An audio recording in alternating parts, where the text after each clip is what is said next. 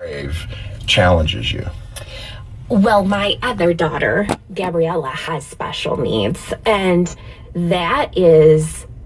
it was hard when they were little. She was little, and we didn't know what that would look like for her. There was a time when I didn't even know if she would speak.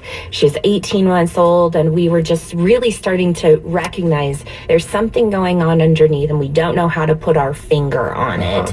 And as we began to learn more, spend time with doctors, I just thought, like, Lord, where's the trajectory of this going to go with my daughter? What's her life going to look like? I had no idea. You can't know when you're holding a toddler who can't talk what this is going to look like. And now she's 14 years old, and we're dealing with some of those still special needs, but we're dealing with them at a totally different level now that she's a teenager. Life looks different for her. She's in a public middle school. She's making friends, playing basketball, doing all these things. And so the fears change.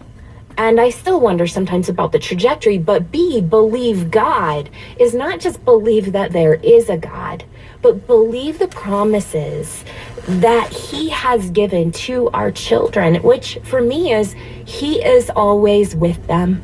Yeah. He is their helper. Hebrews 13:5 says he is their helper. They do not need to be afraid. And I don't need to be afraid for them. I have to believe all the things that he says that he's going to be: enough, sufficient, their defender, their shield. Yeah. And so really B is the hinge point for moms and dads as they start to move forward in courage is, do I believe that Jesus died for them? Yes.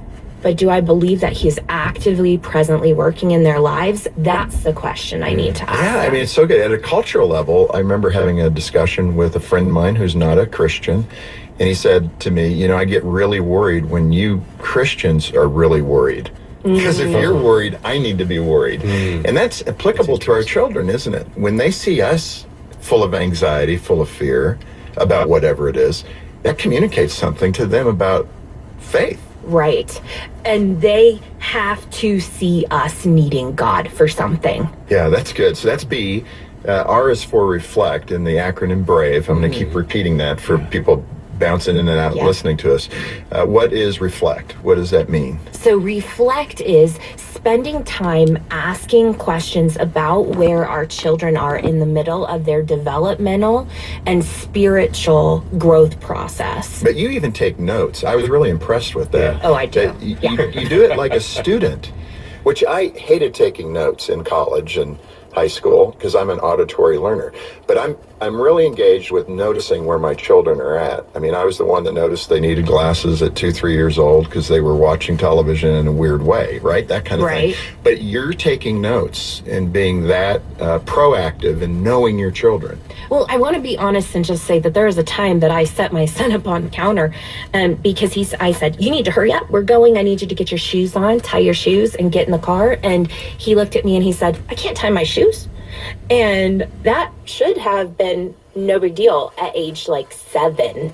And I said, what do you mean you don't know how to tie your shoes? And he said, Velcro. Right, exactly. And I was like, what? That's pretty normal today, actually. I noticed that. I mean, he's wearing Velcro shoes and of course, but he also said, but Mom, if I need my shoes tied, we're always in a hurry. So my brothers and sisters tie them for me, or you tie them for me. And I realized I haven't taught my son how to tie his shoes. First of all, what are his teachers thinking at school? But also, like, it's so easy to miss things because we're in the process as parents of just doing the next thing, surviving this. And so reflection is really important, intentionally asking ourselves about the developmental process spiritually, emotionally, physically of our kids at all times. And for me, I call this my quarterly review. So I try to, every 4 months, I go out with Mike. We print a list of the questions that I ask. They're in the book. They're on my website. I print the list of questions and we have a date night and we try to focus on the kids and ask, like, who are their best friends right now? Who is involved in their life right now? How can I encourage them? And that is good. I mean, and that's being engaged or reflecting what's happening with your kids. All right, the A in the acronym BRAVE is ask forgiveness. That's a good one. Right. But it's a hard one. It is. There are no perfect parents. Really? Right. I thought John was a perfect parent. I think I made that pretty clear. I'm not. So I think we've heard that that's not true. Let's dig in. Give us your juicy asking for forgiveness as a parent example. Which Within one, the past week or right? so, you Right. know. So there are no perfect parents. If we take ourselves off the hook from that, I think that parents think that it's weakness to admit to their kids that they just had a wrong encounter with them or their response was incorrect. But actually, in the kingdom of God, our humility is our strength. And so what we're looking to do is to create an atmosphere in our homes where it's okay to fail and come back again. So critical. So at the kitchen table at night, not every night, but occasionally, we go around and we say, what was the high of the day? What was the low of the day? I mean, like, we're pulling the stuff out of our teenagers. But also, what mistake did you make today? And Mike and I go first. Yeah. I mean, we need to be the first ones to go, what I did, what I said was not kind. And I am sorry. Because when moms and dads say, I'm sorry, then it's okay for them to say, hey, I messed up. And I need you to forgive me or help me. That's what I'm looking for. Good modeling, though. V in Brave, what's V for? Vigilant prayer. Pray like it depends on you. Now, you sound like you've done that all your life, but that was a learning process for you, wasn't it? Yeah. Okay, give us that. Yeah.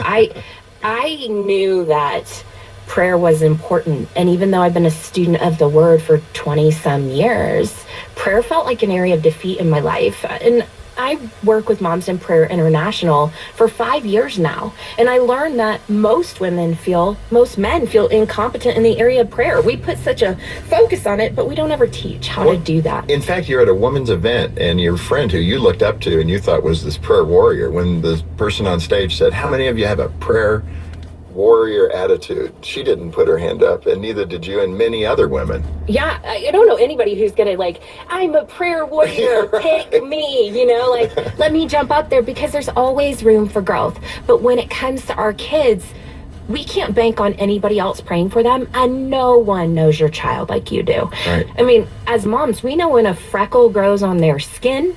We're paying that close of attention.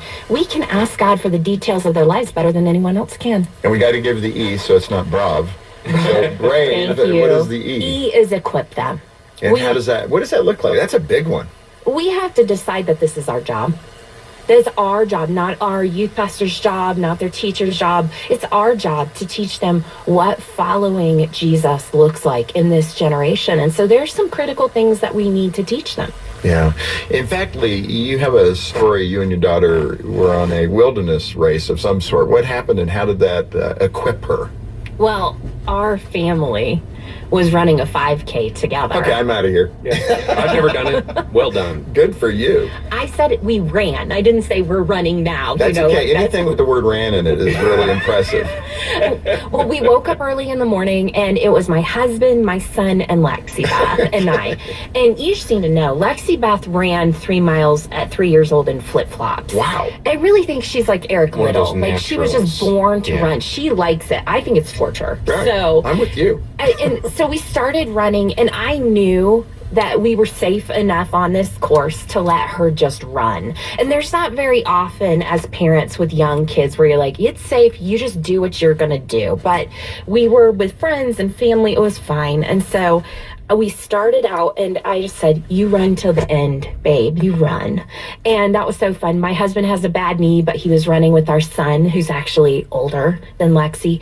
And so we were running in 3 phases. I was at the back end of the race. And so I couldn't see her for most of the race. I could barely see my husband and my son running. But there was this place on the trail where there was a switchback, and I was able to watch Lexi round the corner of the trail and start to head to this hill that looked like a wall. I mean, just this huge incline. And I could watch her dig in and lean into that hill and push. And I remember being on that hill praying, watching her climb something that I was like, why would they ever put us on that hill, And I had the opportunity to pray her into it, knowing that I would be there too, but at a different time, and that she was running this race of her own. And we got to the end of that trail. I watched my husband and son hit that trail. It really just sang in my heart that there's a time where they run right beside us, and there's a time when we're going to have to cut the ties and let them run into the future on their own, trusting that the Lord is with them and that what we have left to do for them is to pray for them as they lean in and run their own race. That's beautiful. What a great analogy.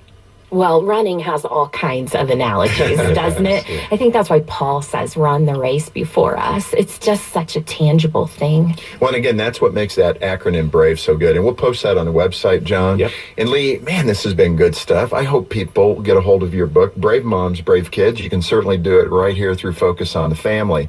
And in a way, we're doing something